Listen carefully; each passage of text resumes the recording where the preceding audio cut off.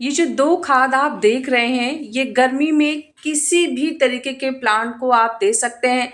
अगर आपके प्लांट जल रहे हैं, कलियाँ सूख रही हैं, ग्रोथ नहीं हो रही है और फूलों की, फलों की, सब्जियों की क्वांटिटी में भी इज़ाफ़ा अगर आपको करना है, तो इस खाद को आप देंगे तो प्लांट में 100% बहुत ही अच्छा रिज़ल्ट आपको मिलने वाला है।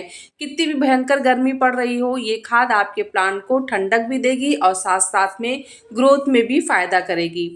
तो आज की इस वीडियो में ये दोनों खाद कैसे बनती हैं मैं आपको ये बताऊंगी। किस खाद को कब देना है, किस तरीके से देना है, ये भी शेयर करूंगी। तो पूरी वीडियो को डिटेल में देखिएगा, क्योंकि खाद भले ही दो है लेकिन आप इनको बहुत अलग अलग तरीके से दे सकते हैं। सब कुछ मैं आज आपको वीडियो में बताऊंगी। तो क्योंकि इस समय टेम्परेचर बहुत ज़्यादा हाई हो गया है, प्लांट्स भी मतलब काफ़ी हद तक बर्न होने लगे हैं। ग्रोथ भी उतनी अच्छे से नहीं हो पाती है जब धीरे धीरे टेम्परेचर बढ़ना शुरू करता है। तो सबसे पहली बात तो क्या है ना कि जो फूलों के पौधे हैं, खासकर जिनकी इस समय ग्रोथ चल रही है, जो परमानेंट प्लांट होते हैं, उनको आप अच्छी खासी सनलाइट दीजिए। और जब मई जून का मौसम आएगा ना, तो फिर आप उसे चाहें तो ग्रीन नेट से ढक भी सकते हैं। इससे उसको जितनी धूप मिलनी चाहिए उतनी धूप भी मिलेगी, और जो 12 बजे के बाद जो तीखी धूप होती है उससे भी थोड़ा सा बचाव मिल जाएगा। ये देखिए मेरे खीरे के प्लांट हैं और इन सब में देखिए खीरे आ रहे हैं। बहुत छोटा सा प्लांट था जब मैंने इसे लगाया था, और वो वीडियो भी आप लोग के साथ शेयर की थी मैंने। ये हरी मिर्च का प्लांट है, और क्योंकि ऑर्गेनिक खाद बता रही हूँ मैं, क्योंकि गर्मी बहुत तेज़ है और इतनी तेज़ गर्मी में बहुत ज़्यादा केमिकल फर्टिलाइज़र का इस्तेमाल नहीं करना चाहिए। थोड़ा बहुत कर सकते हैं लेकिन वो भी सिर्फ फ्लावर्स के प्लांट पे, क्योंकि ये फ्रूट्स के प्लांट, वेजिटेबल्स के प्लांट होते हैं, इन पे तो बिल्कुल भी केमिकल खाद कभी भी नहीं देना चाहिए, क्योंकि उनको हम खा रहे हैं। हाँ, फूलों में हम थोड़ा बहुत दे देते हैं, लेकिन जैसे जैसे बहुत तेज़ गर्मी आएगी फिर हमको उस चीज़ पर भी ध्यान रखना होगा। ये अलमंडा का प्लांट है, देखिए इसमें भी कलियाँ आनी शुरू हो गई हैं। इन सब की मैंने फरवरी में कटिंग प्रूनिंग की थी और इतना अच्छा रिजल्ट मिला है ना, ये सब देख के मन बहुत खुश हो गया है।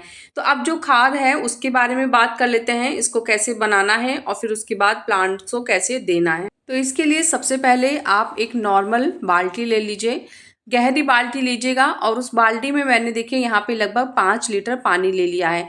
नॉर्मल टैप का पानी है ये। अब इसमें कुछ चीज़ें मिलाएंगे।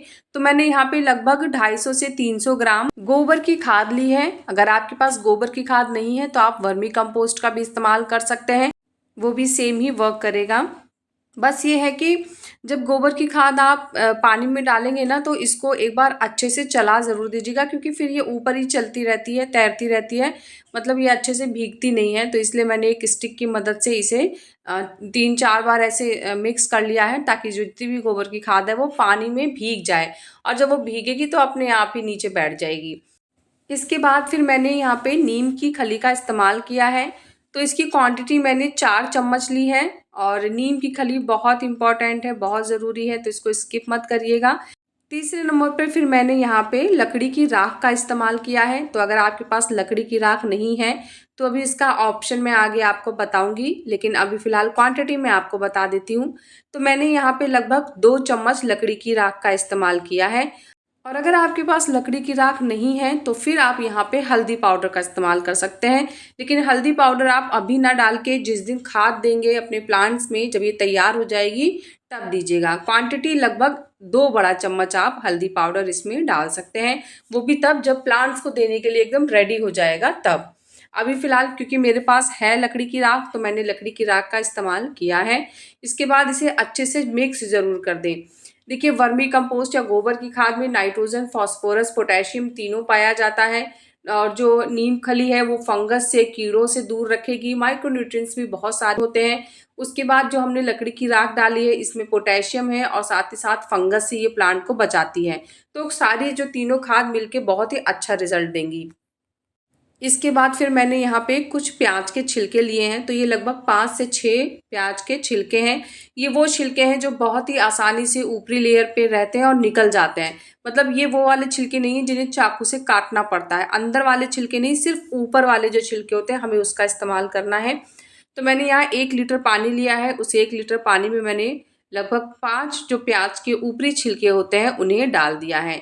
इसके बाद फिर मैंने यहाँ पे 5 ही केले के छिलके भी लिए हैं, और केले के छिलके मतलब जैसे बहुत सूखे हुए ना हो, जो फ्रेश केले के छिलके होते हैं, आप चाहें तो यहाँ पे उसका इस्तेमाल करें तो वो ज़्यादा बेटर होगा। लेकिन इसको आप ऐसे सीधे भी डाल सकते हैं और चाहे तो आप इसे कैंची की मदद से काट के छोटा-छोटा टुकड़ा कर लीजिए। तो क्या होगा ना कि और आसानी से डिकम्पोज़्ड होगी, पानी में घुलेगी। तो देखिए प्याज़ में और जो केले के छिलके हैं, दोनों में ही पोटेशियम बहुत ज़्यादा मात्रा में पाया जाता है और जिसको कहते हैं ना जादुई खाद, ये जादुई खाद होती है, लिटरली सच में जादुई खाद होती है, बहुत ही बढ़िया रिज़ल्ट देती है। इन दोनों खाद को जो मैंने आपको बताई हैं, इनको आप एक साथ भी दे सकते हैं, अलग-अलग भी दे सकते हैं और सिचुएशन कब होनी चाहिए कि कौन-सी खाद कब देनी है, वो मैं अभी आगे आपको एक्सप्लेन कर दूँगी। तो अभी मैंने सारे केले के छिलके भी छोटे-छोटे टुकड़ों में काट के और प्याज़ को अच्छे से पानी में भिगा दिया है और अब ये दोनों खाद मेरी भीग के एकदम रेडी हैं। अभी क्या करना है कि इन दोनों को ढकना है और ढकने के बाद इसको रख देना है। वो बहुत ज़रूरी है। देखिए अगर दिनों की बात की जाए तो कम से कम 3 दिन और ज़्यादा से ज़्यादा 5 दिन, इससे ज़्यादा मत भिगाइएगा। वैसे मैं तो कहूँगी कि 3 से 4 दिन ही काफ़ी हैं, लेकिन अगर 5 दिन भी हो जाते हैं तो भी चल जाएगा क्योंकि गर्मी है ना, फिर बहुत बदबू आती है, कीड़े पड़ जाते हैं इसमें और मैं नहीं चाहती कि ये सब चीज़ें हों। तो इसीलिए कम से कम 3 ये दिन और बहुत ज़्यादा अगर हो गया तो 5 दिन, इससे ज़्यादा खाद मत यूज़ करिएगा अगर पुरानी हो गई है तो। ये देखिए ढक के मैंने छाँवदार जगह पे रख दिया है, यहाँ हल्की-फुल्की सनलाइट आती है, बाकी पूरे दिन यहाँ छाँव रहती है। तो ऐसी जगह आप भी इसे ढक के रख देंगे, तो ये अपना आसानी से खाद बनती रहेगी। बीच-बीच में इसको चलाते रहिएगा दिन भर में 1 बार। अब ये देखिए ये 4 दिन बाद का अपडेट मैं आपको दिखा रही हूँ। इस खाद को भीगे हुए 4 दिन हो गए हैं और चलिए अब मैं आपको इसको दिखाती हूँ ढक्कन हटा के कि ये किस तरीके से बन के तैयार हो गई है। तो पहले मैं इसे एक किनारे से हटा के और बीच में ले आती हूँ ताकि मैं अच्छे से आप लोगों को दिखा सकूँ। सबसे पहले ये देखिए ऊपर की तरफ जो हमने प्याज और केले के छिलके भिगाए थे, ये उसका अपडेट है। फूल गई है एकदम, छिलके भी फूल गए हैं सारे और उसके बाद ये जो हमने गोबर की खाद में कुछ चीज़ें मिक्स की थी, ये उस खाद का अपडेट है और ये भी एकदम अच्छे से फूल गई है सारी खाद। अब इसको बना के तैयार करके और प्लांट्स को देना ये एक अलग चीज़ है। तो अब ध्यान से सुनिएगा सारा रेशियो और कैसे-कैसे प्रोसेस करके इसे देना है वो सब। लेकिन खाद को देने से पहले मैं आपको दिखा देती हूँ किस तरीके से बन के तैयार हुई है और इसको मिक्स करना बहुत ज़्यादा ज़रूरी है। क्योंकि अगर आप मिक्स नहीं करेंगे तो ज़्यादातर गोबर की खाद नीचे बैठ जाती है। ये देख रहे हैं आप रंग, ऐसा बढ़िया रंग आ जाना चाहिए और इस समय बदबू तो इसमें आ रही है नो डाउट, पर अभी इतनी बदबू नहीं आ रही क्योंकि मैंने सिर्फ 4 दिन तक भिगाया है। अभी मैं इससे ज़्यादा भिगाऊँगी ना तो फिर बहुत गंदी स्मेल आती है और कीड़े भी पड़ जाते हैं क्योंकि गर्मी का मौसम है ना, गर्मी में कोई भी खाद बहुत जल्दी तैयार हो जाती है। तो मैंने क्या किया है इसको अच्छे से मिक्स कर लिया है और ये आप देखिए ये प्याज और केले के छिलके वाला है खाद और इसको भी आप किसी लकड़ी से मिक्स कर लीजिए एक बार अच्छे से क्योंकि हाथ डालने की हिम्मत तो मेरी भी नहीं हो रही थी, इसमें से बहुत अजीब सी स्मेल आती है। तो इसको अच्छे से मिक्स कर लिया है। अभी क्या करना है, खाद का एक हिस्सा रहेगा और उस एक हिस्से खाद में हम 5 हिस्सा पानी मिलाएंगे, 5 गुना पानी मिलाएंगे तो फिर ये हमारी खाद अच्छे से बन के तैयार हो जाएगी। तो जैसे मैंने यहाँ पे लगभग 2 जग खाद का पानी लिया है और उस 2 जग में फिर मैं 5 गुना नॉर्मल पानी ऐड करूँगी। जितनी आपकी खाद है उसका 5 गुना नॉर्मल पानी आपको लेना है। ये ईज़ी तरीका है समझने का। इससे फिर खाद बहुत ही बढ़िया तैयार होगी और ये रेशियो प्लांट के लिए बहुत अच्छा रहेगा। अब ये जो हमने प्याज के छिलके लिए थे इसमें भी मैं आधा पानी ले रही हूँ, पूरा पानी नहीं ले रही हूँ क्योंकि अभी जो बाकी खाद बची है उसमें भी मिक्स करना होगा। ये सारी खाद मेरे प्लांट्स में चली जाएगी क्योंकि मैंने उसी हिसाब से बनाया है। तो आधा प्याज और केले का छिलका का जो पानी था वो मैंने उसी की मदद से छान लिया है क्योंकि जो प्लास्टिक के गमले होते हैं ना उसमें ड्रेनेज होल बहुत सारे होते हैं तो उससे छन गया, मेरी छन्नी-उन्नी खराब हो जाती, इस वजह से मैंने नहीं किया उसे। अब इन सभी खाद को बहुत ही अच्छे तरीके से मिक्स कर देना है किसी भी बर्तन की मदद से। इससे क्या होगा ना कि फिर खाद बहुत अच्छे से मिक्स हो जाएगी और मिक्स होने के बाद ये देखिए इस तरीके से खाद हमारी बनके तैयार हुई है।